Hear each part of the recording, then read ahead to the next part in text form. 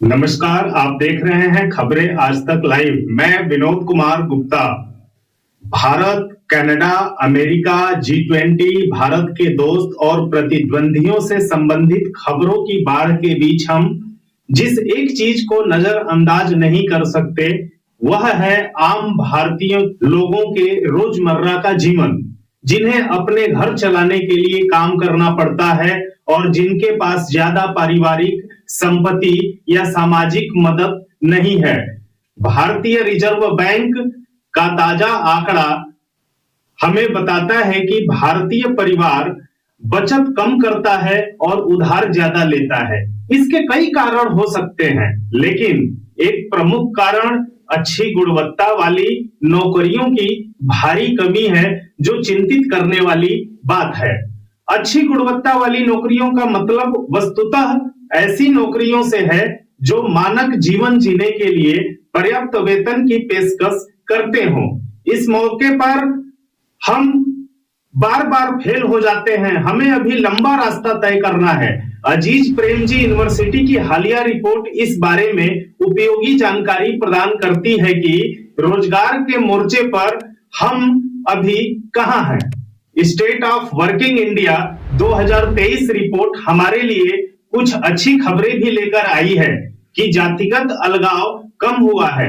1980 के दशक की शुरुआत में अनुसूचित जाति के श्रमिकों का प्रतिनिधित्व कचरा निष्पादन से संबंधित कार्यों में 5 गुना से ज्यादा और चमड़े से संबंधित कार्यों में 4 गुना से ज्यादा था। समय के साथ इसमें तेजी से कमी आई है। हालांकि वर्ष 2021-22 तक यह खत्म नहीं हुआ। 1980 के दशक की स्थिरता के बाद से ही नियमित वेतन वाले श्रमिकों या वेतन भोगी कर्मचारियों की हिस्सेदारी 2004 में बढ़ने लगी और यह बढ़कर पुरुषों में 18% से 25% तथा महिलाओं में 10% से बढ़कर 25% हो गई। वर्ष 2017 से 2019 के बीच यह बढ़कर 50 लाख प्रति वर्ष हो गई। लेकिन नियमित वेतन वाली नौकरियों के सृजन की गति अर्थव्यवस्था में सुस्ती और महामारी के कारण वर्ष 2019 से घटने लगी। बेरोजगारी बेशक कम हुई है, लेकिन यह अब भी उच्च स्तर पर बनी हुई है। रिपोर्ट में कहा गया है कि रोजगार सृजन भारत की मुख्य चुनौती बना हुआ है। कोविड-19 महामारी के बाद सभी शैक्षणिक स्तरों पर बेरोजगारी में कमी आई है, लेकिन स्नातकों के मामले में यह अब भी 15% से ऊपर और युवा स्नातकों के मामले में 42% के उच्च स्तर पर है। रिपोर्ट बताती है कि बुजुर्ग श्रमिकों और कम शिक्षित श्रमिकों में यह 2 से 3% के दायरे में है।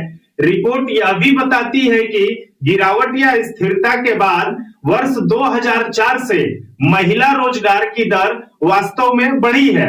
इसका मुख्य कारण स्वरोजगार में वृद्धि है, जिसमें 2019 के महामारी के बाद और बढ़ोतरी हुई है।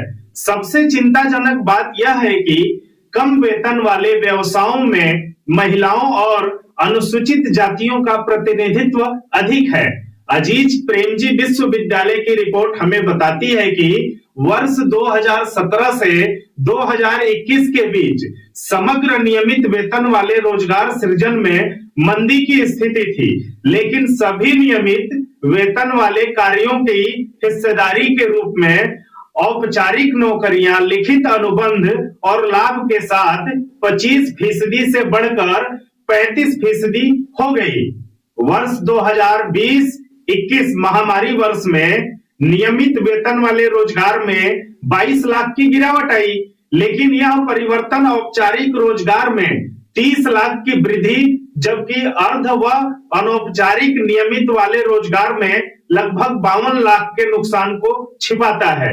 रिपोर्ट बताती है कि जितने रोजगार का सृजन हुआ है, उसमें से आधा महिलाओं से संबंधित है, जबकि औपचारिक रोजगार में वृद्धि का केवल 1/3 हिस्सा ही महिलाओं को मिला है।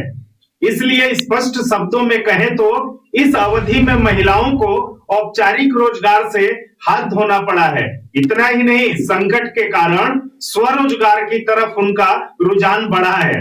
सवाल उठता है कि ऐसे समय में रोजगार की दरें क्यों बढ़ी जब विकास की गति सुस्त थी।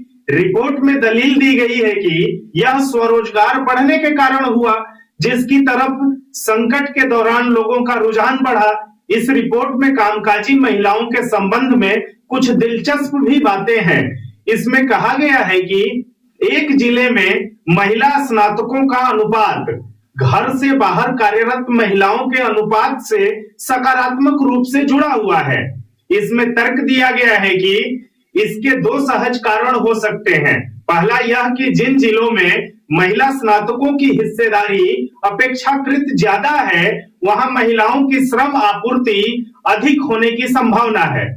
दूसरा, ऐसी संभावना है कि जिन जिलों में महिला स्नातकों की हिस्सेदारी ज्यादा है, वे आर्थिक रूप से ज्यादा विकसित हैं और इस प्रकार महिलाओं के लिए रोजगार के ज्यादा अवसर प्रदान करती है। लेकिन देश के कुछ हिस्सों में कामकाजी महिलाओं के खिलाफ नकारात्मक प्रतिक्रिया वास्तव में चिंता की बात है। रिपोर्ट में कहा गया है कि जिन जिलों में महिलाओं को कम प्रतिबंधों का सामना करना पड़ता है, वहां महिलाओं को वेतन वाला काम करने की संभावना होती है, लेकिन इसके प्रतिकूल प्रभाव के भी सबूत मिलते हैं। वेतन वाला काम करने वाली महिलाएं ज्यादातर उन जिलों में रहती हैं जहां घरेलू हिंसा ज्यादा प्रचलित है। ऐसा नकारात्मक प्रतिक्रिया के प्रभाव के कारण हो सकता है। बताया गया है कि स्थापित लैंगिक मानदंडों की चुनौती देने के कारण कामकाजी महिलाओं को अपने साथी द्वारा हिंसा का सामना करने की आशंका ज्यादा रहती है।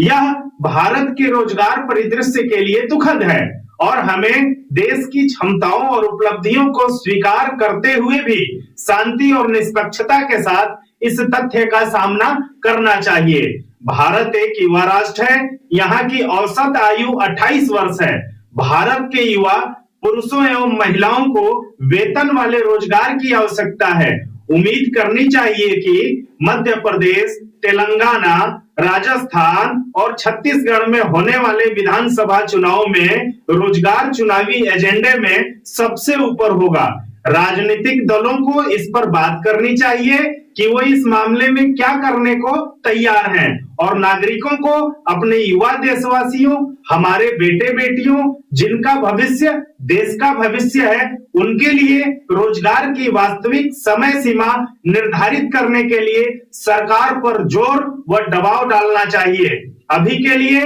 बस इतना ही। बहुत जल्द आप लोगों से फिर मुलाकात होगी एक नए वीडियो, एक नए मुद्दे के साथ। नमस्कार।